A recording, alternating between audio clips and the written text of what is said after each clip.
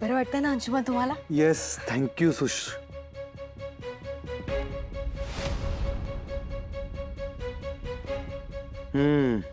खूप छान वाटतंय सुश.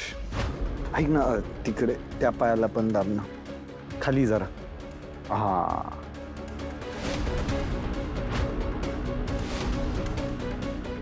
खूप वर्षांचा थकवा आहे. Thank you so much Sush. तू ना बेस्ट वाईफ आहेस. काय काय चाललंय हे? काय करतेस ताई तू? तू असं आत कसं येऊ शकतेस ग? ही आमच्या दोघांची प्रायव्हेट बेडरूम आहे ना. तुला कळत नाही का आम्ही दोघं नवरा बायकोच झालोय ना नवीन. तू कशी काय आतमध्ये आलीस? प्रायव्हसी नावाचं काय असतं का नाही? हे जे काय तू करत होतीस काय करत होते? माझा नवरा काय मला नोकरासारखा नाही वागवते, प्रेमानेच वागवतात. अगं आम्ही नवीन नवरा बायको आहोत याचा तरी विचार कर ना. हे प्रेम आहे त्याचं? नव्या नवरीला पाय छेपायला लावणं हे प्रेम आहे? हे बघ ताई, मी तुला ना लास्ट सांगते, अजिबात आमच्या दोघांमध्ये लुडबुड करायचा प्रयत्न करू नकोस.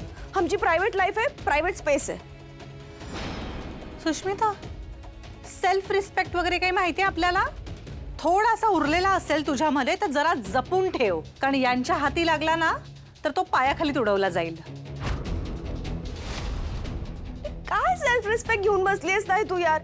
माझा नवरा आहे ना, मी बघेन ना त्याला काय हवंय नकोय ते. तर त्याला पाय चेपून देणं हे माझं काम आहे. मला आवडते, त्याला आवडते तर मी करणार. त्याला जे आवडते ते सगळं मी करणार. माझा हसबंड आहे तो, मी करणार ना. जाऊ द्या, आत्ता माझं बोलणं तुझ्यापर्यंत पोहोचणार नाहीये, त्यामुळे बेटर मी काही बोलत नाही. इथे थांबले तर माझी चिडचिड होईल जरा. मी फक्त देवाकडे प्रार्थना करीन की तुला तुझी चूक लवकर लक्षात येऊ दे, अक्कल ठिकाणावर येऊ दे तुझी.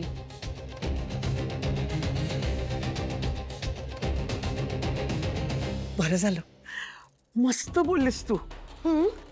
तोंडच गप करून टाकलंस तिचं. ओके. मॉम, मी म्हणालो होतो ना तुला, माझी बायको कमाल आहे. हो रे हो, खरंच अगदी तुला मनासारखी बायको मिळाली आणि ह्या राजवाड्यांच्या घराला मनासारखी सून मिळाली.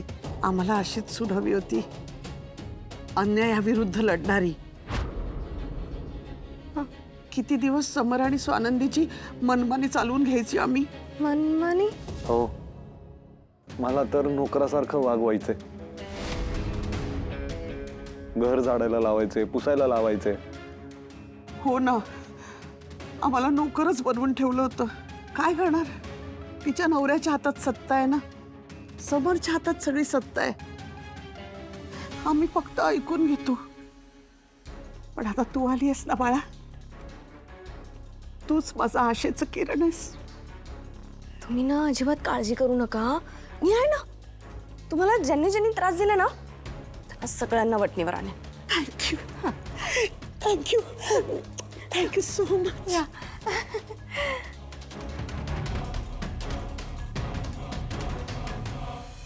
बाबा, पण तो अंशुमन सुष्मिताकडून पाय चेपून घेत होता.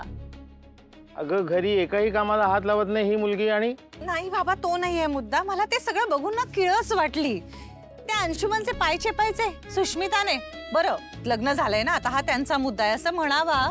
तर मला ना मुळात त्या दोघांचं लग्न खरेपणावर झालंय, त्याच्यात काहीतरी खरेपणा आहे यावरच मुळात विश्वास नाहीये. सगळं सगळं सगळं इतकं किळसवाणं वाटतंय ना बाबा, मला इतकी घाण वाटतेय. अहो, आली आहे ना, लग्न करून आली आहे ना, मग ती लक्ष्मी सारखी असायला हवी ना आपल्या घरात आलेली मुलगी. पण ती काय करते, या खोटारड्या नालायक माणसाचे पाय चेपते. अगं, अंशुमन ढीग म्हणेल माझे पाय चेपून दे, पण या मुलीनं का तयार व्हायचं? ती फक्त तयार नाही झाली बाबा, तिला अंशुमनचे पाय चेपणं ही मानाची गोष्ट वाटतेय. बरं, मी तिला थांबवायला गेले तर ती बांधली माझ्याशी. मला म्हणाली माझ्या संसारात ढवळाढवळ करू नकोस. या मुलीनं ना अक्कल घाण टाकलीये.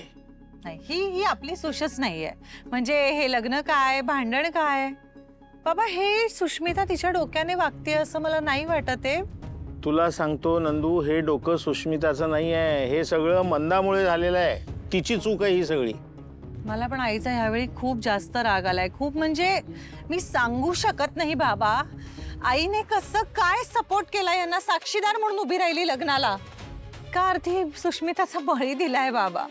बाबा ऐका ना, तुम्ही करा ना काहीतरी. बाबा तुम्ही बोला ना, तुम्ही सुष्मिताला समजवा, तुम्ही आईला ठणकावून सांगा. पण हे आपण नाही मान्य करू शकत लग्न. नाही नंदू, आता आपण काहीच करू शकत नाही.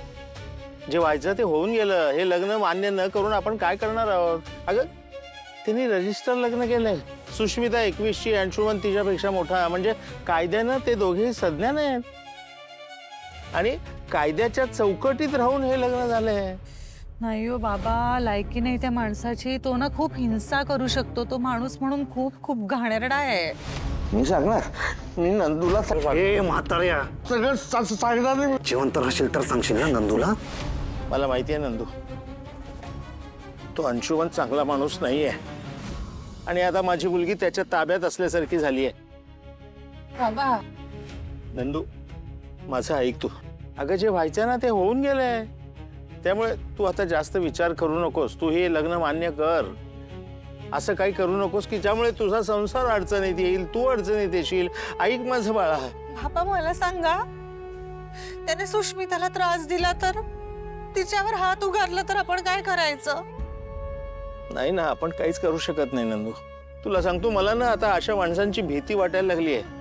अगं ज्याला सतसत विवेक बुद्धीच नाही आहे त्याच्याशी आपण भांडू पण शकत नाहीये. कारण ते ज्या पातळीवर उतरतात ना त्या पातळीवर आपण उतरू शकत नाही. ऐक बाळा, तू नाही बाबा, मी अशी हातावर हात ठेवून नाही बसू शकत. मान्य कर नंदू. हे लग्न मान्य करण्यापलीकडे आपल्याकडे पर्याय नाही. ऐक माझं तू. पण बाबा तू सगळं सोडून दे. स्वतःची काळजी घे आता. मी येतो. काळजी घ्या. नंदू बाळा, स्वतःची काळजी घे तू. हं? नीट जा. येतो.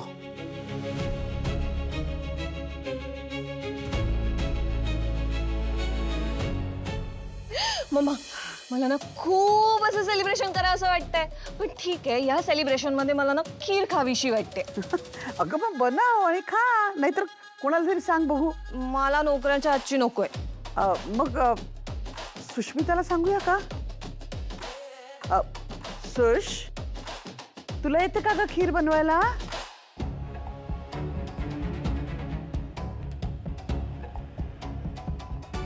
सुश,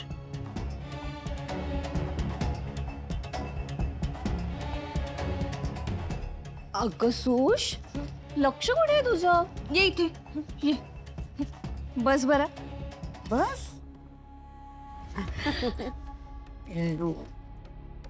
तुला येते खीर बनवायला? नाही, मला नाही येत खीर करता. पण स्वानेनी त्याला येते ना, आपण तिला सांगू शकतो. ती खूप चांगली खीर बनवते. आमच्या घरी तीच करायची ना सगळं. हो, आणि तिला ना व्हेरियस टाइप्स ऑफ खीर करता येतात. मी तर 4 वाट्या खायचे. आणि रव्याची खीर ना तर तिची स्पेशालिटी आहे. मी लगेच तिला सांगून येते. हा, एक मिनिट. सुश, मी म्हटलं ना तुला, इट्स सो इनोसेंट. किती भोळी आहेस तू.